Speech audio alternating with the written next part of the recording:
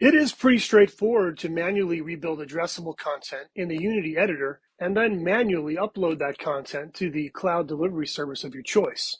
There are plenty of YouTube tutorials out there that show you how to do this.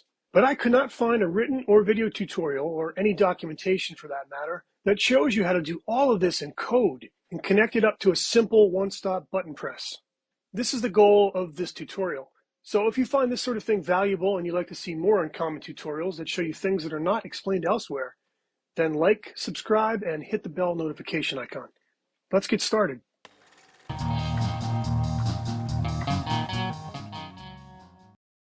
We will be using Unity to build two apps that work together.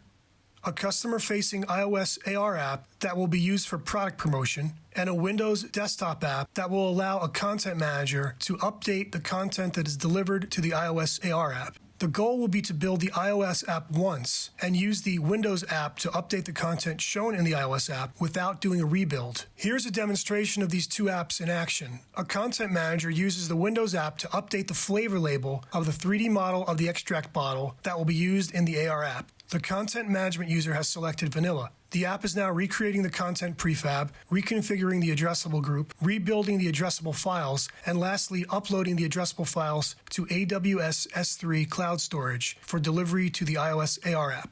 When the iOS app is reopened, the 3D model of the flavor extract bottle shows the updated label image that was selected in the Windows app. I chose AWS Cloud Storage for this project. I am not affiliated with Amazon in any way and only chose AWS because it's fairly well documented and easy enough to set up. I'll be covering setting up addressables in AWS, but I will not be covering every detail here because there are already plenty of great tutorials on YouTube that cover these topics. I am using Unity version 2020.3.5F1 LTS. I suggest sticking to this version because I can verify, at least with my install, that all libraries and packages we will be using in this project work without any issues. Okay, before we dive into Unity, there are a few steps we have to take first. Number 1, set up an AWS account if you haven't already done so. Number 2, create a bucket on AWS S3. S3 stands for Simple Storage Service. The bucket will be the location on S3 that will hold all of our addressable files, or in S3 speak, objects. Number 3, configure our bucket with the correct permissions to allow us to publicly access the bucket and the objects it contains. Number 4, set up credentials for accessing S3 so we can use them in the AWS.NET SDK that we'll be using in Unity to run all the typical REST API commands. This is a tutorial from the AWS S3 or .NET website that you can find in the AWS documentation. It does a fairly good job guiding you through the setup, so please refer to this tutorial to get yourself set up with AWS S3 if you haven't already done so. I will be covering some of the details regarding this setup, as I've found they can result in a few gotchas if it's your first time working with AWS and setting it up for this SDK. Okay, here we are in AWS Management Console. If you haven't already created your AWS account at this point, please pause the video and do so. Let's click on S3 to set up our bucket for the project. Click Create Bucket. Give your bucket a name, ensuring to only use lowercase letters, otherwise you'll receive an error message when you save the bucket. You can name the bucket any way you wish. I'll be using the reverse domain name naming convention. Select your AWS region. These next two items are very important. They are the gotchas I mentioned earlier. If you don't set these up correctly, you will not be able to access your objects in this bucket from Unity when using the AWS.NET SDK. Select ACLs enabled, unchecked, block all public access. Skip the remaining settings and scroll down to click Create Bucket. Returning to the list of buckets, you will now see the bucket we just created. Click on the bucket and go to the Permissions tab. Scroll down and click on Edit for the bucket policy. You'll need to overwrite the default bucket policy with the following. This is needed to give us full read, write, and delete control over all our bucket objects. Make sure that where it says resource, it's showing the name of your bucket. Save your changes. Now that we've successfully created our bucket and set all the permissions, we'll create a folder and add some files so we have something to test when using the AWS.NET SDK from Unity. Click on the bucket we created. Click Create Folder and name it Tutorial. Open the folder. Let's upload 3 dummy text file objects by dragging and dropping them into the folder. Click Upload. We're now ready to work with these objects in Unity.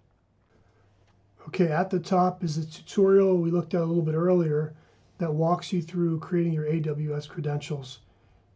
You're going to need these credentials when we write C# code later to allow us to access AWS from Unity. You can see at the bottom there's a little C# code that references AWS credentials and S3 client. In the first line where you see all the X's, that would be replaced by your actual AWS access key ID and your AWS secret access key. Once you get that, after running through the tutorial and downloading the CSV file, you can pull those items out of the CSV file and put them into the code. So we'll see how that works a little bit later as we start developing. Here we are in a blank Unity project. Again, we're using Unity version 2020.3.5 F1 LTS.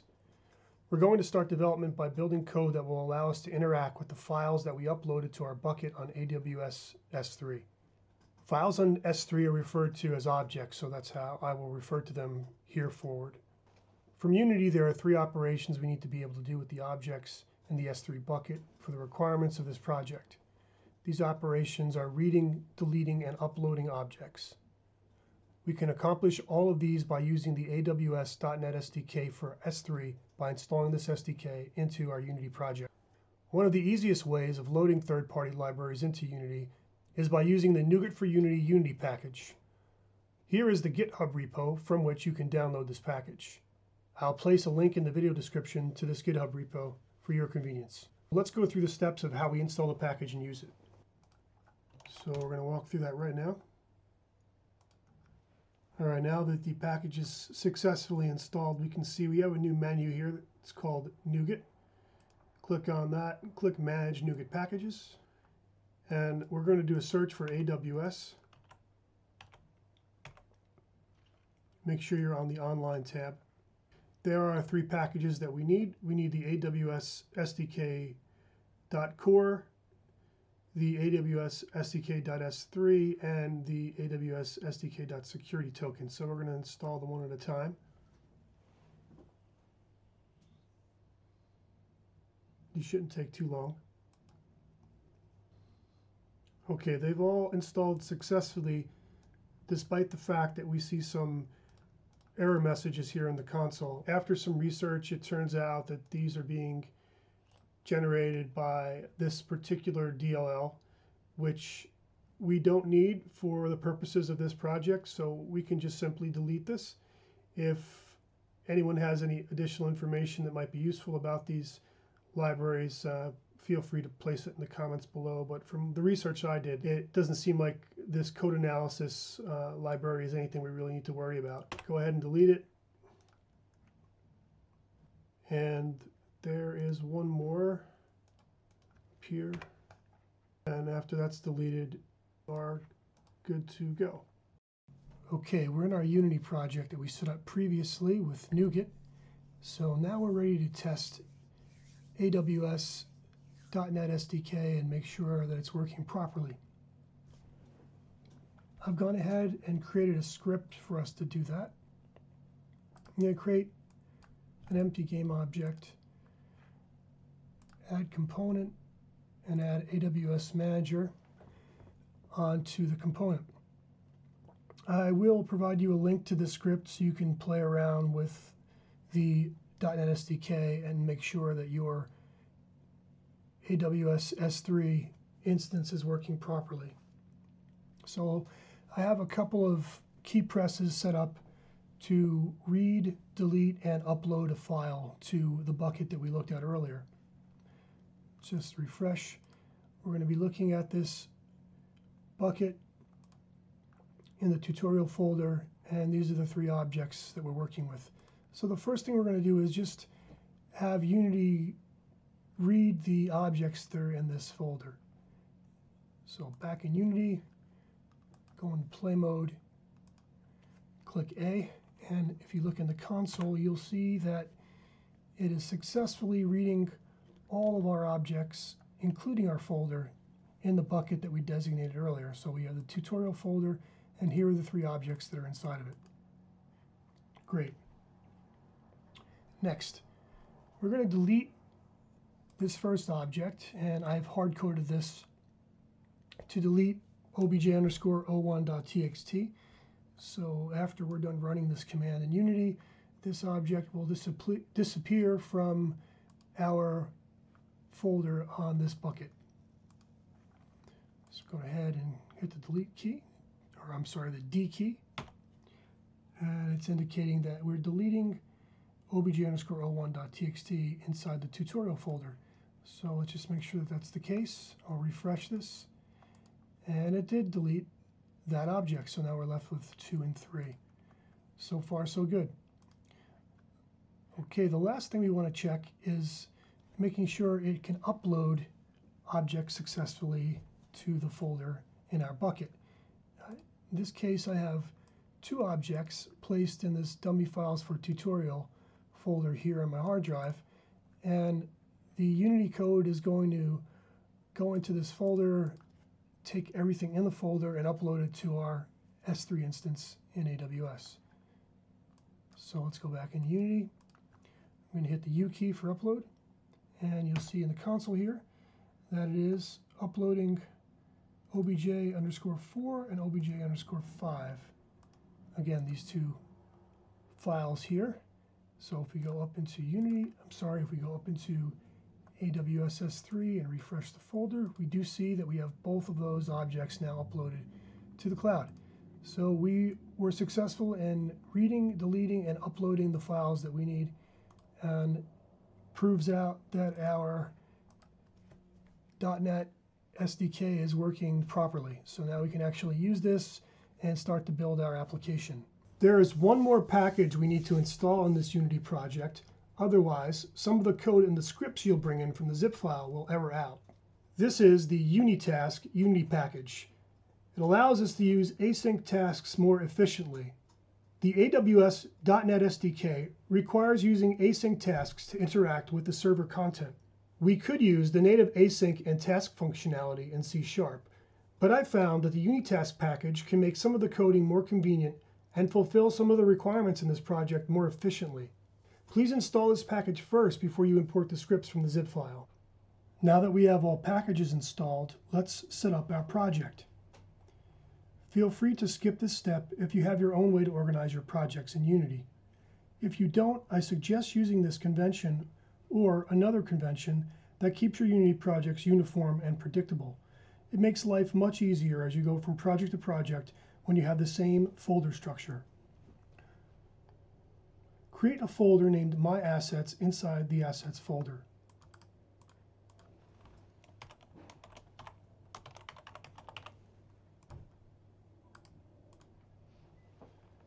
Then create the following folders inside of My Assets: Scripts, Textures,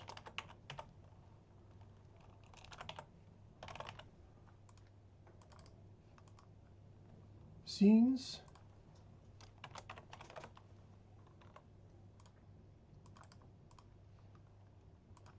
Animation,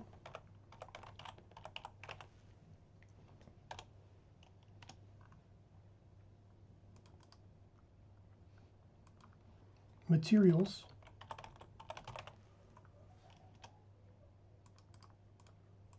Meshes,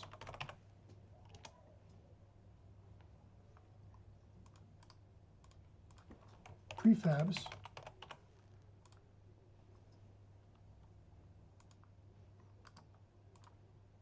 and Resources. In the video description below, I have provided a link to a zip file that contains all the C# scripts that are needed to make this project work. I'll go through these scripts explaining what they do and how to connect them up in this Unity project. I won't be going into step-by-step detail writing these scripts. Now, there may be better ways to go about structuring this code, but my goal here was to provide you with a reasonable solution to get this project working as discussed. Please feel free to refactor this code and/or restructure the project as you see fit for your own projects in the future. Import the contents of the zip file I provided that contains all the scripts needed for this project. Place these scripts inside the scripts folder.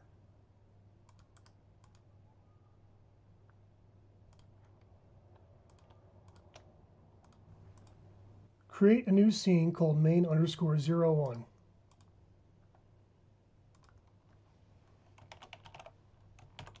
Make sure it's in the scenes folder. Open up main_01.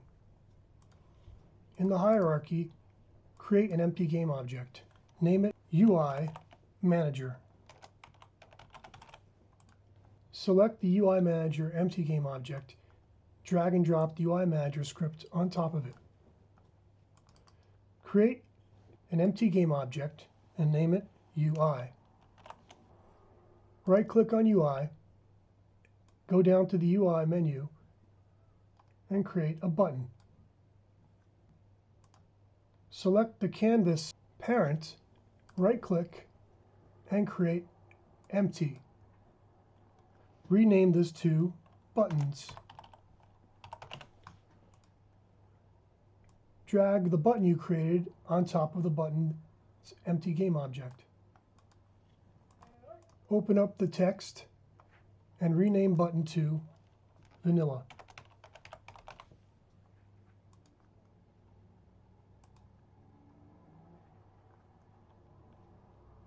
Hit the W key or switch to the move control and drag the vanilla button over to the left.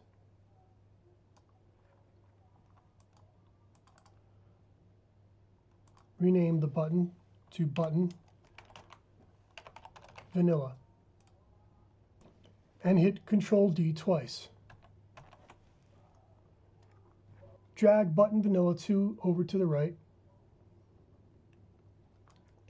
Drag button vanilla 1 into the center.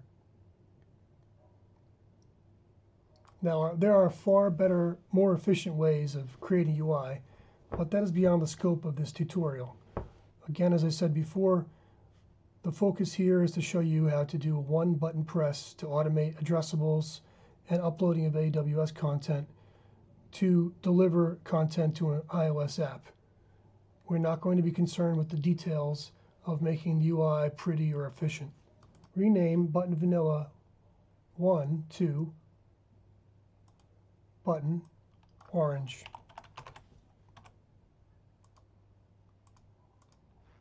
Change the text to orange. Rename button vanilla 2 to button almond. Change the text to almond.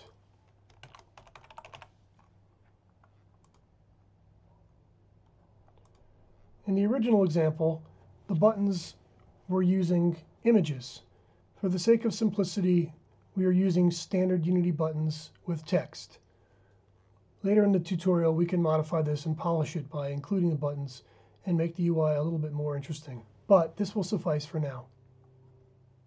Select the button's parent object, select Scale, and scale up the 3 buttons to be a little larger, and perhaps tidy them up a bit on the screen.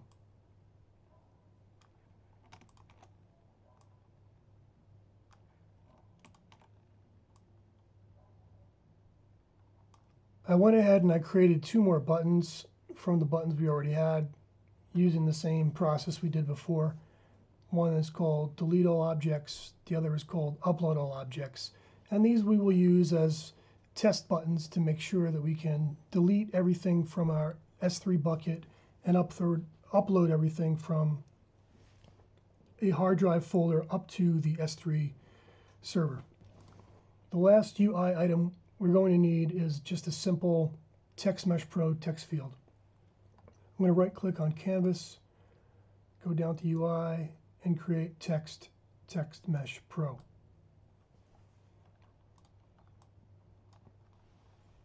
I'll rename this TMP display.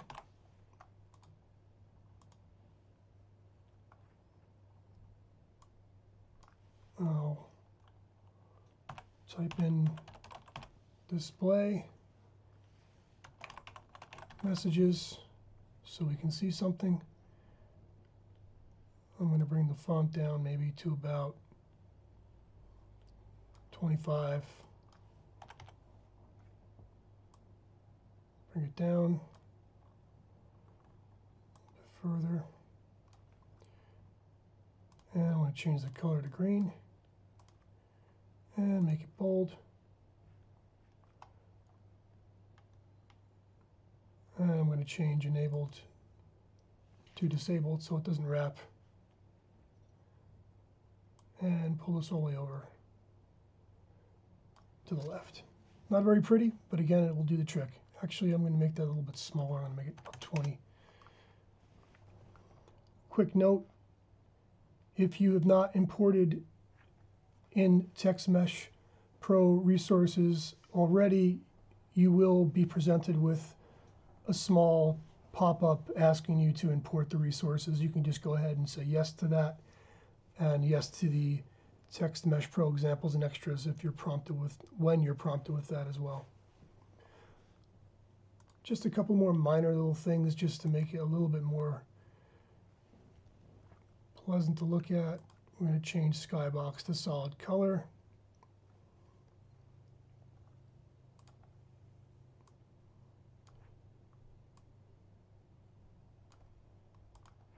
And I'm going to change the rendering, lighting, background, environment from default Skybox to none. It's just a personal preference of mine. I prefer to look at it this way. And ensure that you're in 2D mode. At least it will be easier to work with since this is ultimately just a 2D, simple 2D application.